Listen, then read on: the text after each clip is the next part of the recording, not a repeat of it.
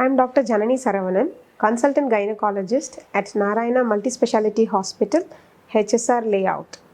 Today let's discuss about planning pregnancy.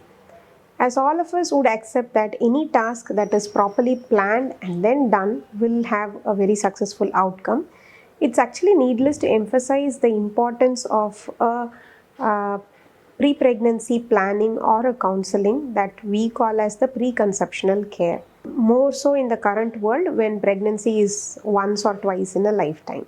So let's discuss a few things that needs to be addressed before a woman starts planning pregnancy so that she enters pregnancy in her optimal health. First and foremost is the body weight. One needs to be in an ideal body weight, that is with a body mass index of 19 to 25. Overweight or obese women have certain difficulty in conception, and once after they're pregnant also the risks of sugars, high blood pressure can come up during pregnancy.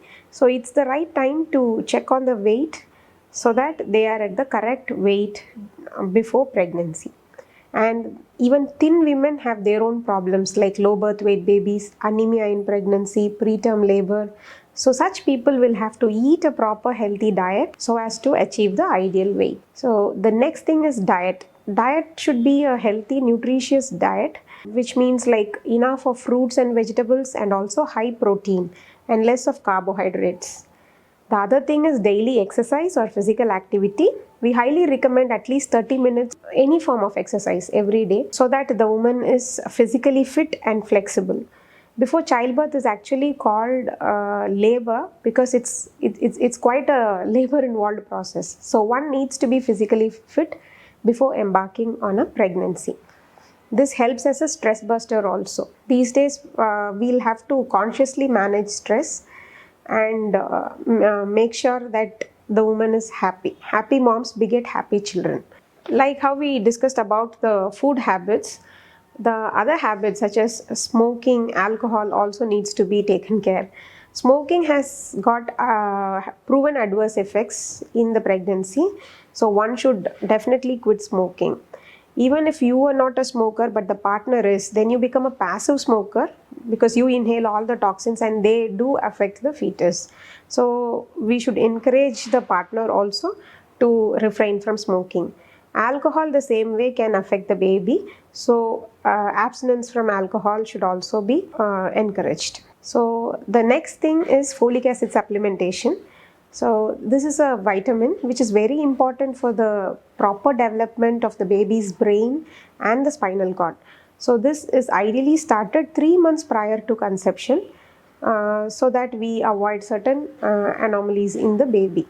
So once you meet a doctor, this folic acid supplementation will be started prior to conception. The other thing is vaccinations. Certain diseases which the woman may pick up in pregnancy can have serious adverse effects on the baby. So generally it's a routine to test the women whether they are immune to a disease called rubella, which is generally covered in the vaccinations in the childhood. So if the woman is not immune, then we would give a shot of rubella vaccine and then ask them to plan after a month. Same way, COVID vaccines are also safe in the pre-pregnancy period. If you have got one COVID vaccine and then you get pregnant, you can always take the second dose at the appropriate time. It is safe in pregnancy as well. And the other thing is pre-existing illness. This pre-conceptional care is more important for people who have certain diseases like diabetes or high blood pressure or bronchial asthma or seizure disorders. This is because of two things. One, the disease per se can affect the pregnancy, and the other thing is the drugs that are given for these illness may be harmful for the developing fetus.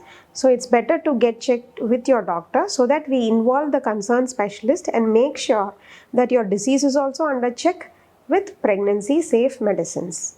Other thing is that if there was any previous problems in the previous pregnancies, like diabetes in the previous pregnancy, anomalous baby with a cardiac defect in a previous pregnancy, then it's the right time to get it checked so that we do the appropriate interventions and prevent the recurrence of such adverse outcome in the next pregnancy. So with all these, I strongly encourage women to be health conscious and also to be well informed and confident before planning a pregnancy so that they have a smooth and happy pregnancy.